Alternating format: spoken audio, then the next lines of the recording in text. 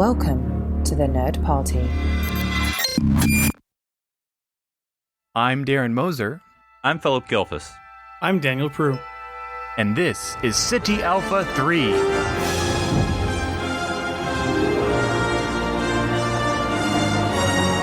Hello and welcome to City Alpha 3, a Star Trek podcast here on the Nerd Party Network. I'm Darren Moser and joined as always by my fellow strandees, Philip and Daniel.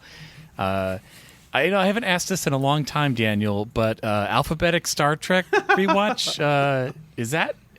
do I even need to bring it up anymore? No, probably not. Okay. Probably not. I think that the joke is 2 years old at this point, so I think you're probably safe. It's for our longtime listeners, Daniel. I want them to feel included. Okay.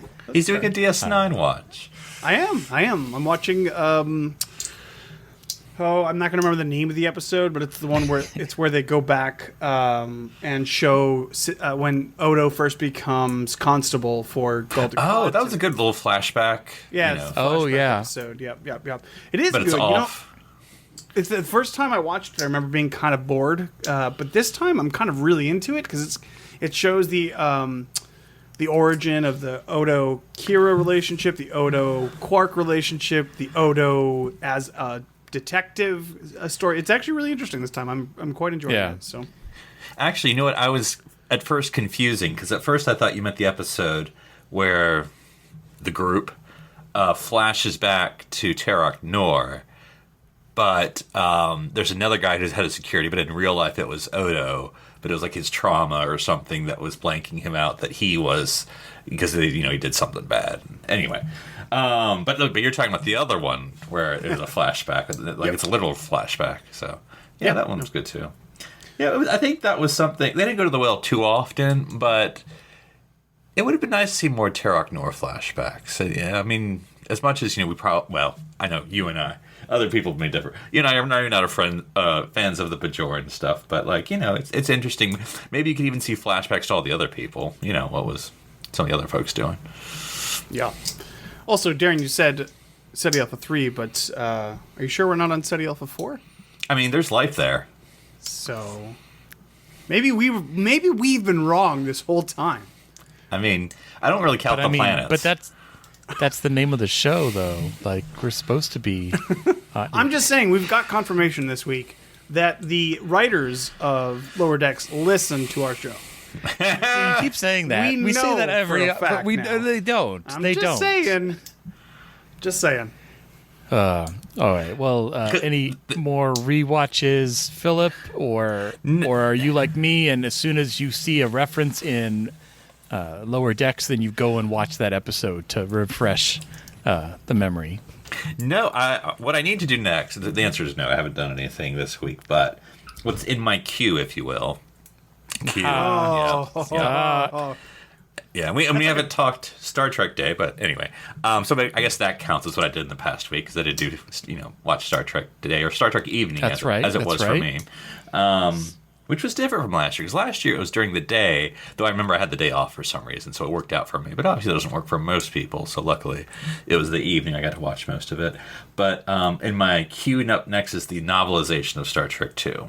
I was trying to figure out... That's right. You got all the novels. Not all of them, but I do have most of them. But so I was like, do I watch the movie first and then read the book? Or read the book and then, is this a Harry Potter situation? What do I do? I was going to say that. Yeah. So I think I'm going to read the book first. Because technically, I'm still in my TOS rewatch. So I've done motion picture, so 2 is next. So I'll read the book and then do the movie. That's true. No, that sounds fun. But we can talk a little bit about Star Trek Day. Before September we jump 8th. into that, Darren... First, real quick, I just wanted to mention because we talked about this just a couple weeks ago, and I definitely, Philip. I think Philip mentioned some rumors that we'd see some older Star Trek games being released on Good Old that's Games. right. And in fact, I think 8 or 10 games have now been. Yeah, a lot. So whenever the next time we get a break. Between episodes, whenever that may be. In fact, we might find out soon. Get ready, because I'm going to make you guys play something. So I'll buy a PC and make it happen. you won't even need to. I think you can play all this stuff. It's really Can you? old stuff. I'll Okay. make it happen, Darren. It I'll had the figure it little out. Windows icon next to it. I'll make so it I happen assumed for you. Don't you worry about it. you figure it out. Darren's like, you're gonna dirty my hands with a PC. I mean, technically, PC stands for personal computer, and my Mac is a personal computer, so it's the best of both. I'll have to touch a Windows. That you. But yes, we did get a whole bunch of more news. So go ahead, Darren. Yeah, just a few things. We had a little bit more of Strange New Worlds, where we got a list of some of the other characters. We're getting Uhura. We're getting Spock and Nurse Chapel. And Nurse Chapel. Dr. M'Baka. And the Doctor, M'Baka. Okay, was that the doctor from The Cage? It is the doctor from the No. Cage. Okay, No. The doctor from No. the Cage is Dr. Boyce. yeah. So what is this doctor? Because it was presented in a way that They made it sound like, Yeah, and then He was in this TOS. person that- No, I mean, Okay. I can't quote off the top of my head what episodes, but he was in more than I was one. misremembering it that he was the one from the Cage, but Galileo 7. makes more sense. Wasn't So he the he- doctor in Galileo 7? So he was just an extra doctor on the Enterprise. Yeah. He is like the Dr. Solar of TOS. Okay, that's fair. I just didn't, Okay. I couldn't remember Yeah, specifically. they who had. it was. I was thinking it was the Cage. That was the feeling I was getting. But you're right. Now that I think about it, that wasn't him. So, and we had a little bit of name play, and one of our characters is a Noonien Singh, which is gonna be really interesting. I don't know what that means, and we'll see where that goes. Obviously, I hope is it it means nothing at all. last name of I hope Khan, just but- uses the name, never explains it. And then it's just like whenever the series finale is, they'll play something like, Brent Spiner was my grandfather. I don't know. So here's the thing. We talked about this. I mean, we've brought it up. Basically, we've kind of thought, how are they going to handle this? And here we go. I mean, other than Spock, obviously, because we already knew how they were going to handle Spock. They're just going to recast people, which is fine. Of course, I mean, there's no other option. You either ignore the character or you just recast and move on. So we now have a new Uhura, ensign, right? Or cadet? Cadet. Cadet. They called her cadet, yeah, which is Yep. again weird, but I guess we'll. Because she was wearing like the Discovery Tilly Cadet kind of badgy thing. Okay. So I'm not really sure why she's on the ship at that point, but that's fine. I'm sure they'll explain it or whatever. I was Cadet But, Tilly on the Discovery. Yeah, who knows? So how do you feel about Uhura, new Uhura? Knew her. I like that. I could just do NU or an apostrophe possibly. That's right. I don't know this for a fact, but one presumes, at least how I look at it, that you're looking to cast Strange New Worlds, and your three leads already locked in. I mean, you already have it. Spock, number one, and Pike are already been cast. Pretty white cast. So I think I would hope. I mean, in a good way. They're like, okay, diversity in TOS, which is not often a lot. But they're like, well, what do we got? So, well, Uhura's obvious. So you want to use Uhura? Yeah, let's use Uhura. Why not? And then Dr. M'Baka. Okay, we got Dr.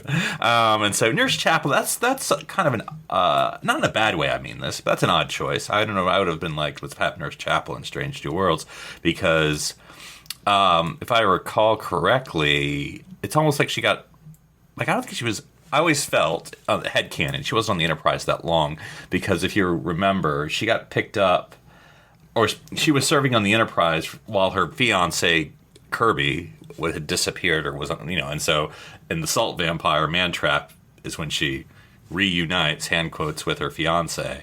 So it just seems weird that she's going to be in the Enterprise that long, unless we're just going to get like a reference like, oh yes, I met Dr. Kirby and he, something.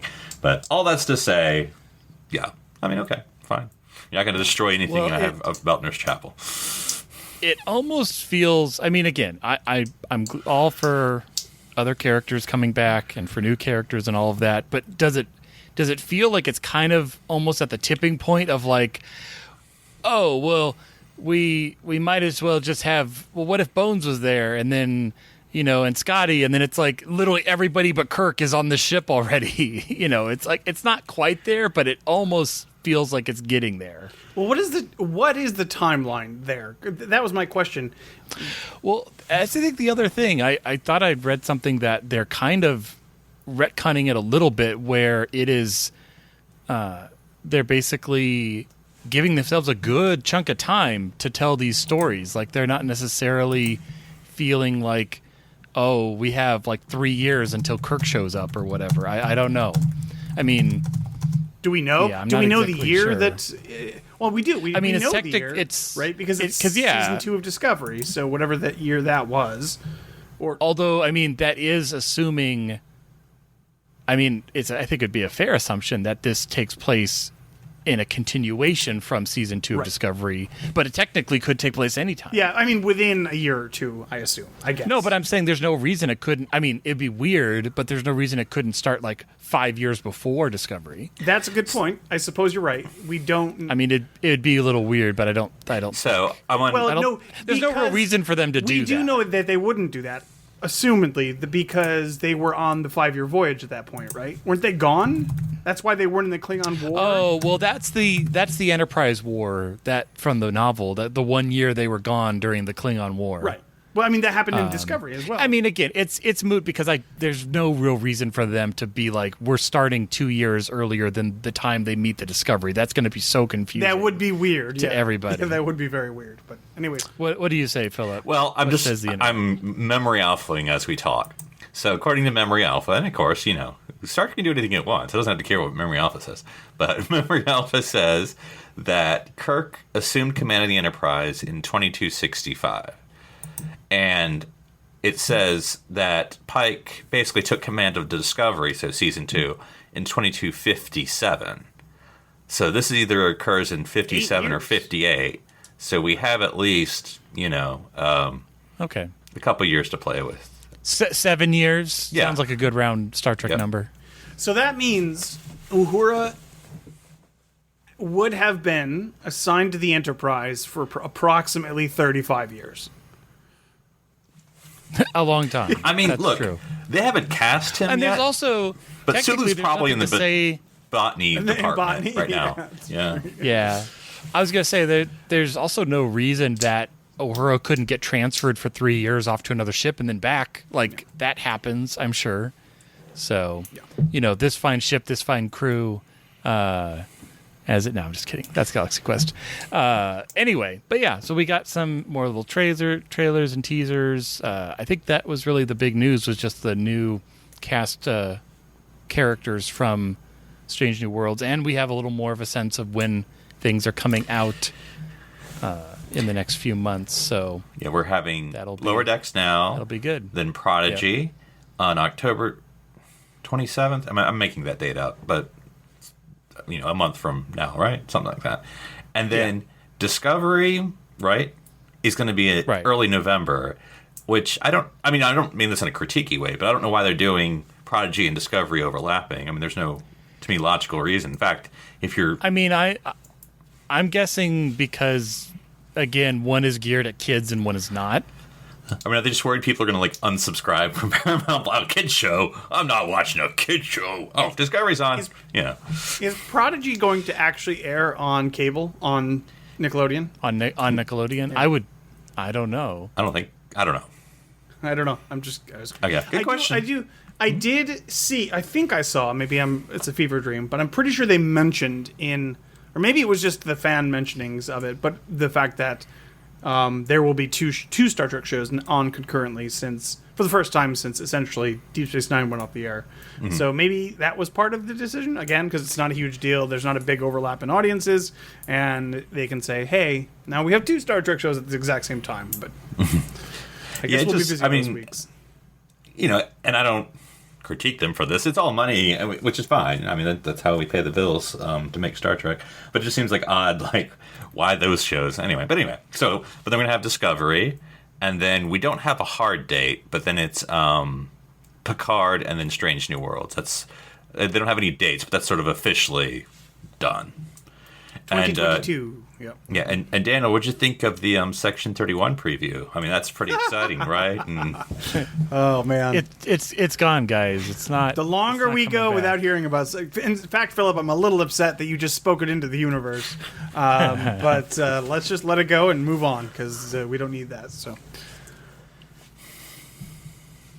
All right. Well, today we are going to be talking about more of Star Trek. I was almost going to say Discovery, but no, Lower Decks. And this is Season 2, Episode 5, An Embarrassment of Dooplers. And last week we were trying to predict what that meant. And it means a Doopler. Yeah. Well, we didn't know what a Doopler was at the time. And we were thinking maybe it's something to do with Boimler's duplicate, which did kind of come into play a little bit in the story. That was a fun mention. But no, it's this new race we've never heard of these creatures that look like the comedian. Richard Kind. Yeah. Yes, voiced by Richard Kind. Or sorry, not the comedian, the critic. The critic. Yeah, I knew we were going with that. Yeah. And yeah, with Richard Kind. And was so funny. Just, yeah. So, okay. So which is the A and which is the B? A's got to be the Dooplers and B's got to be the. Oh, I would have thought. I would have thought it. I the would have other way flipped it. around. Yeah. Mariner's always the A. They Okay, introduce I the remember B first, which I think is narratively That's why it's confusing. hard. Yeah. But, So A is Boimler and Mariner are trying to get into the party of the century on this beautiful space dock. Looks amazing with botany. They got a Clark's rooms now. and they, all these cool things, and yeah, we get lots of cool references. I mean, just the overall plot of this A plot. Mariner, of course, worked there. We get a little more discussion between the two about him, her being upset that he left. Like, maybe we can move past this. I don't know. I mean, it's Star Trek, it's Lower Deck, so we'll probably revisit this on the finale again, because why not?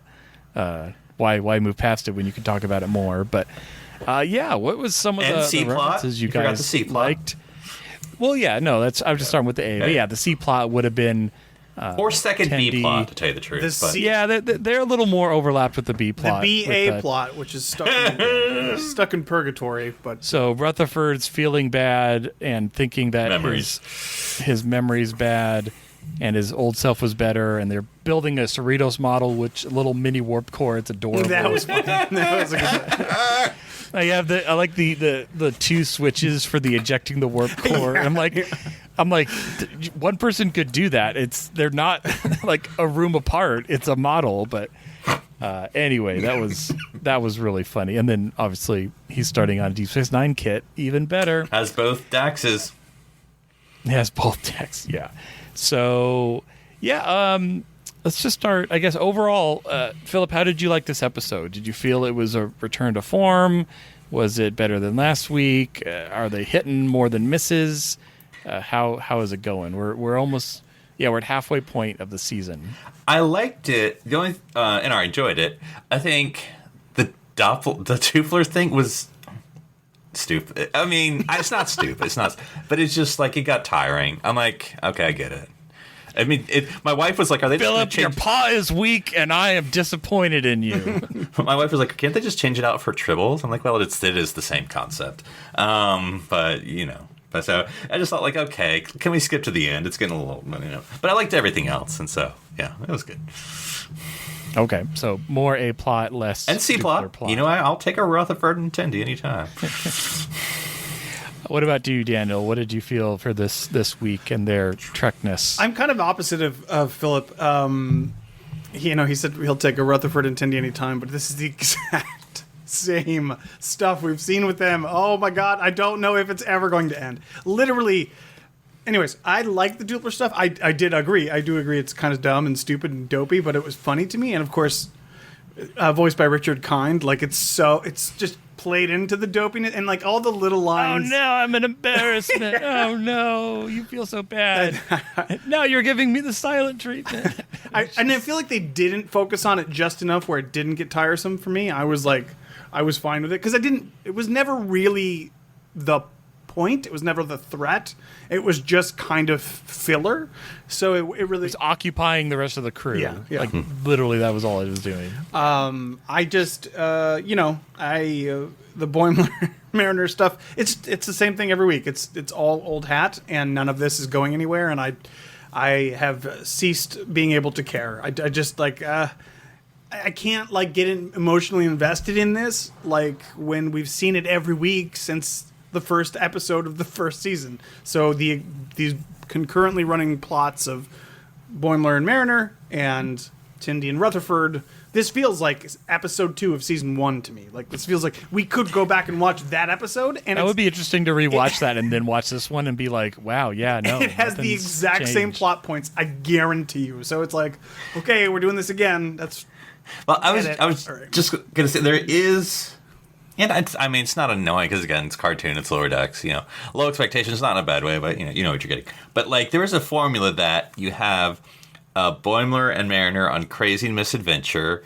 You have the main bridge crew dealing with a crisis that creates chaos. So whether it's zombies, whether it's someone growing into a god, whether it's duplicating, and then you have the Rutherford, Tendi, or Rutherford, or one of them by themselves or together, having to navigate through the ship, whether it's Rutherford on a date, or whether it's Rutherford and Tendi, fixing a model, or whether it's Tendi trying to help a guy evolve to the next state of being, with that chaos in the background. So that does seem to be the formula. yeah. Nope, it's definitely a formula. I enjoyed this week. I think the Doopler thing was funny enough, and I mean Richard Kind is just really funny and really lent a lot to the role, I think. And yeah, but again, I could see the swap for tribbles. I mean, even the very end where they beam them into the party is just like in the animated series where they beam the tribbles on the Klingon ships. Well, there'll be no trouble at all. Be no trouble at all. Yeah. Dun, dun, dun, dun, dun, dun. Yeah, freeze frame. But yeah, I mean, I love the Data lore jokes, the bubble I forgot bath, about that, yeah. and we see some, other bird creatures. Lots. Again, they dig deep for the references, which I like. Is a lot of fun. I mean, even. What was it? The original Kana was there as the DJ, and he's carrying the part from his ship, which is now a boombox. Apparently, was always a boombox, maybe. But that was fun. He's wearing the same And- clothes. It's the exact same He clothes. looks exactly Exact the same. It's like half of my brain says, "Ha, reference, I get it," and the other half of my brain says, why is it this person would not still be doing the same exact thing? It's outrageous. It's so, yeah, this is outrageous. That's what makes him outrageous. He never changes his clothes. Well, we also got Captain Shelby. Yes. Enter number 1. Who is her number? Oh, that's right. Was it? I don't know. Who It was just some It's person, yeah. some creature. Yeah, but that was a fun nod. Can we just go to DS9, guys? Can we just have one episode where we're on DS9? It means oh my so God, much that to would be Mariner. amazing. So. There was a That would clip. be- there was that would there be was great. there was like a scene where they flash back and she was on Deep Space Nine. But yeah, Yeah, I need a whole episode, guys. And the Cerritos is approaching, but they're approaching at a weird angle. And at first they're like, "Wait, is this Empacto? Oh wait, no, we're just crooked, firing bow thruster." It's like, shh, there it is, Terok Nor, DS9 as we had left it. The danger of Lower Decks is when they show teasers for the episodes, you're sort of giving away the joke, and so you can't really necessarily enjoy it. I actually had a surprising response because I had seen this teaser or seen this part before, and I was like, oh, okay. Yeah.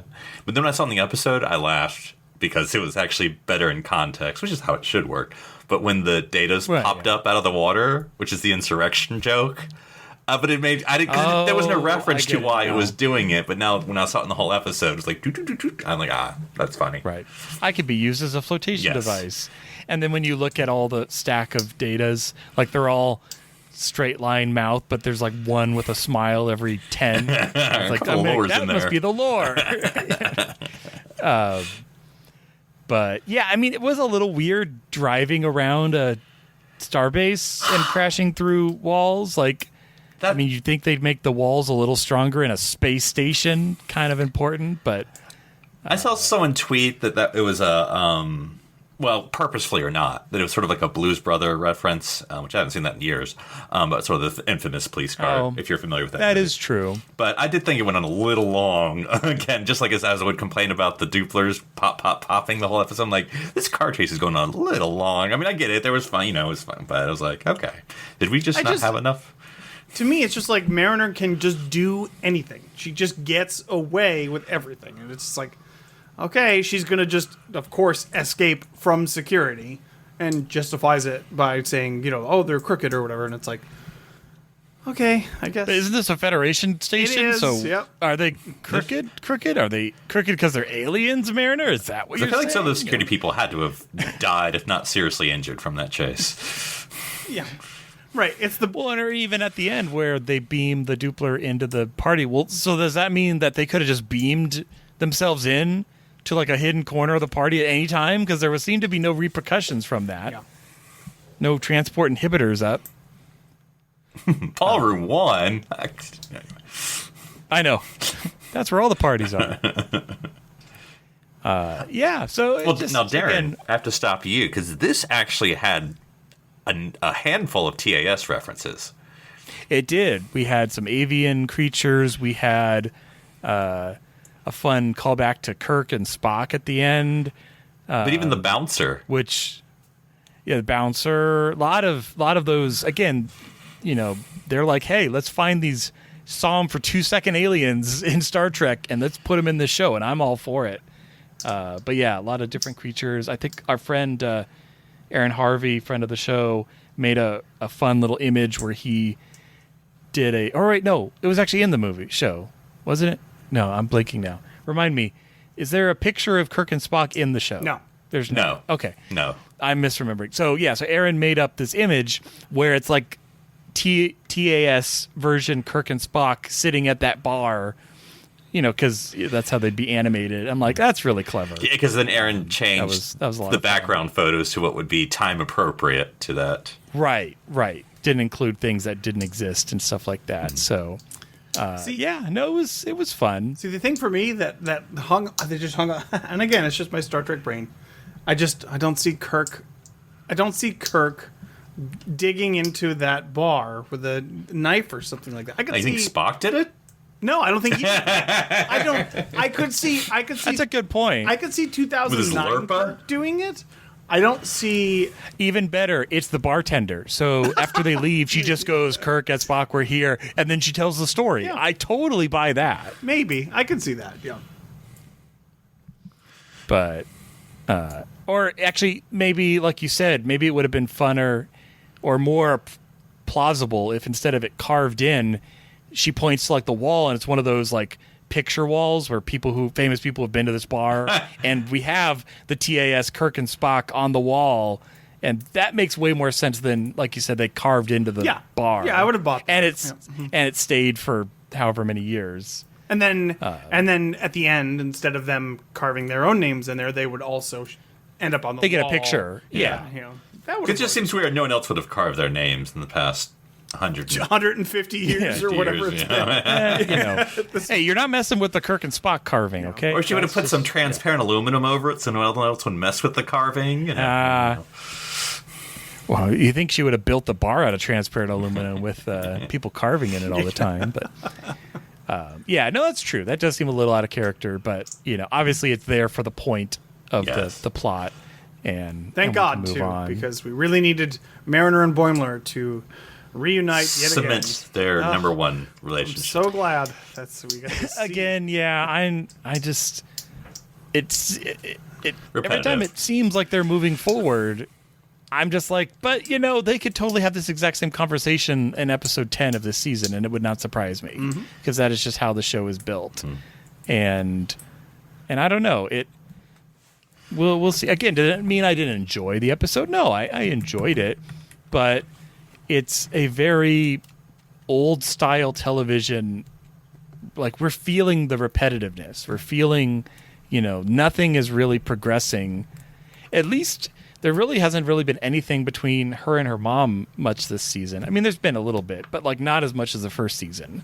Like she barely even interacted with her in this episode, which, maybe we're moving past that. I don't know. I guess, is it just the inherent difficulty of when you're watching new Star Trek and you don't know where it's going? It's hard to overanalyze. Like, well, I think because I don't want. I mean, you can say whatever you want. I don't want this to be a critique of standalone because Strange New Worlds is going to be standalone. They've already said. I think they're filming out of order, and you normally would, but they're completely standalone for Strange New World, and I think that's what Lower Decks is sort of trying to cover. But I think there is a difference between standalone and repetition. Well, there's standalone, but even standalone, like. I would say Next Gen, is still kind of an episode of the week, but there's still development of the characters. It's not like modern. It's not like Discovery where, it's maybe 75% the story arc and 25% is the episode of the week, as far as the feel and the weight in each episode. But but like you look at TOS, right? The standalone-diest of all the standalones, right? Mm-hmm. And it's like there's like maybe 5% character development and 95% plot. But at least that's true. The plot, they're telling interesting stories. They're telling neat stories. Whereas in Lower Decks, and they never undo the character development in an episode. Yeah. Well, they might even ignore it, but because it's such a minute part of it, it doesn't. Who cares? It doesn't matter. But take this episode for instance in Lower Decks, where the plot is like 20%. The plot is almost nothing. It's the Dooplers, I guess, and they want to make it to this thing. They wanted to make it to the party, and like 80% of its character development. But it's the same character development that we see every week, and it never actually moves anywhere. So that's where the frustration comes in, because it's like you're not actually, if you're going to do the character development, you can't just ignore it next week and do the same character development story. That's the problem, is they're never moving anywhere with it, and we're just kind of we're just recycling it. We're just doing it over and over again. I mean, and I agree, but I almost wonder, like, if this season were to end and we go back and we watched all 10 episodes, because they're only 20-something minutes long, would it feel faster? Like, because last week they were kind of arguing a bit, and the week before that he just got back, and the week before that he was gone. So in literally like a matter of an hour 20, it's going to go through all of this and to the point near they are now in episode 5 where they're actually confronting each other about it. Mm-hmm. So maybe it's just because it's stretched out from week to week, it's exacerbating it a little bit. But maybe it wouldn't feel as stretched if it was, more binged. Yeah, I'm not completely defending it. Oh, no, I'm just wondering if watching it in a different way. I was just going to say, like, I think even what they were trying to do, though, like, because I think, not to speak collectively, I think our Mariner critique is that she's always right and always in charge. So, like, in this part where she's like, you left me, and that's valid. But, like, Boimler could also be like, I got a promotion and I went, and that's how Starfleet works, and why am I apologizing that I got promoted? I mean, yes, he could have told her the relationship part, yes. But, like, there's no... Like, he doesn't stand up for himself, and I mean, that's Boimler, though. But still, it's just like, you're apologizing because you got promoted and got to a better ship. I mean, okay, That's why you're the number one and not the captain. Maybe if it circled back around more to, I guess what I felt the original concept of Lower Decks was about the little side missions and again, not that it's not about that, but it's like they keep pushing at into the A plot, like, and I just want to see more mundane tasks and more, like, again, like the thing with Tendi last week and having to scan people, like that felt like a Lower Decks thing that she got assigned, and maybe this week because it's the party, which is not Lower Decks at all. I don't know. It's just, again, still enjoying it overall, but it's. And one thing I also thought... It's an interesting show. Yeah, and again, I'm enjoying it. Like, out of all the... As much as, like, I'm critiquing, out of all the current Star Trek, even though not everything's on the air, Lower Decks is always my favorite. It's very fun. Don't get me wrong. But, like, one point I thought that they were going to have to address, and they didn't, and okay, that's a choice, is that, and I can't remember the exact line, but there was a moment near the end with Tendi and Rutherford where I thought they were going to have to address is there a romantic subplot or not? And I forget what the line was, but it's almost like, well, okay, are you friends or are you more than friends? But they just sort of, so I'm like, because they've raised it a little bit. And it's, look, I don't care if they're romantic. I mean, they're a cute couple. But if they don't want to be, that's fine too. But like, they've just, because they've raised it in the past, I feel like you have to like, I mean, okay, or you're just going to ignore it. And then. Yeah. I mean, was it the first episode or the second episode where they had their date or whatever? And like, we've been dealing with that since then. And it's just, she's like, I don't want you to date other people. It's like, all right, man. Yeah. I mean, whatever. It's we talk about this a lot, but it's just that watching the show, it is fun, and there are bits that are great. But it's like if you're not going to feel like the jokes can only carry you so far, and you know if you're only hitting, even if you're hitting, and we'll be generous, 75% of your jokes are really good jokes, and they're funny and they're great, but there's no story there, and the character development seems to be meaningless. It's tough. It's kind of it can be tough to carry that through. So it's just like, okay. You know. Where was Kayshawn? Is he not on the ship anymore? I don't know. We brought Trax back, and now he's just gone. Maybe he's going to come back, and we'll have a moment of like, don't ask where I've been. He got Pulaski. I was just reading. Oh yes. Oh man. Yeah, they could do that. Well, two other little references I just read up on was we see more Bolian barbers because again, I guess they're the best barbers in the galaxy. There was 3 of them, I think, in the barber. Yeah, shop. 3 of them. Yep. And I didn't realize. I knew it was an original design, but I didn't realize it was an original design for is Shelby's number 1. That multi-eyed alien was actually an early concept for Kelpians, and that is what Saru was originally going to maybe look like. But then it was going to be too complicated and too tricky to do the multi-eye effect, so they went in a different direction. But that's kind of cool, like taking that and sticking it in an animated show where it's obviously much easier to do. So I actually just happened to stumble across, they had test footage of Doug Jones in that makeup. You should definitely look it up because it's really cool and really creepy looking.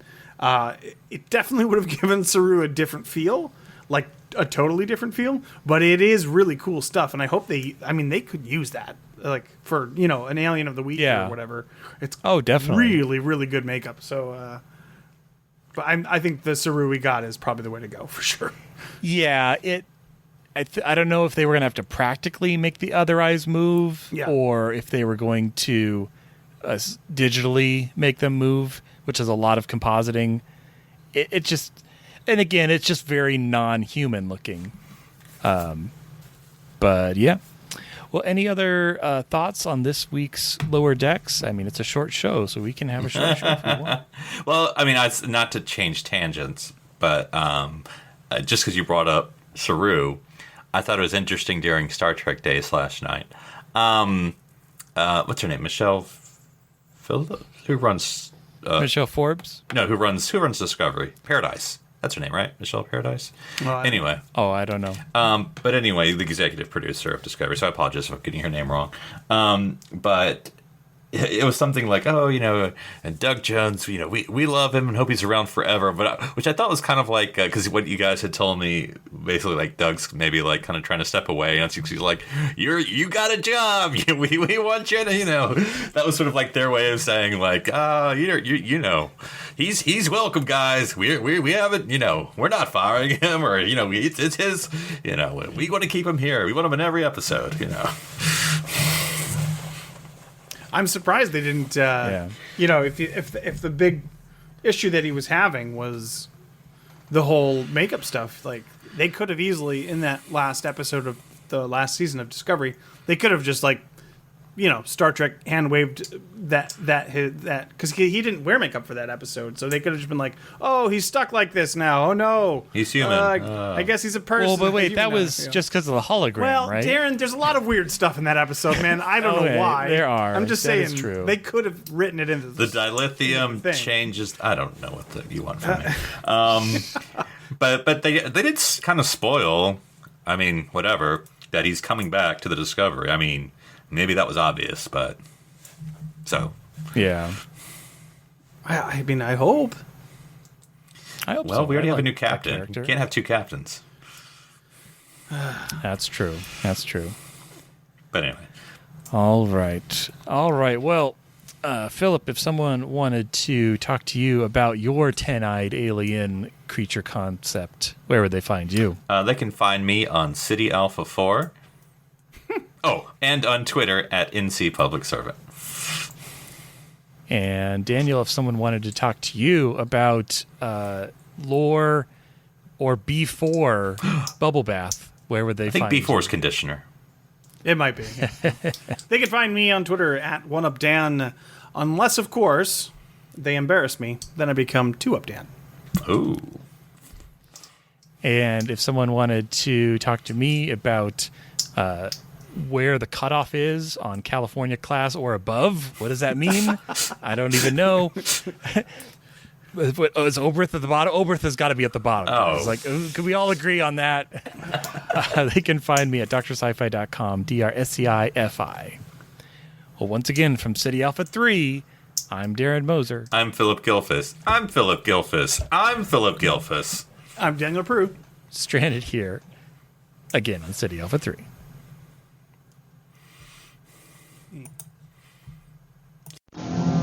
Come!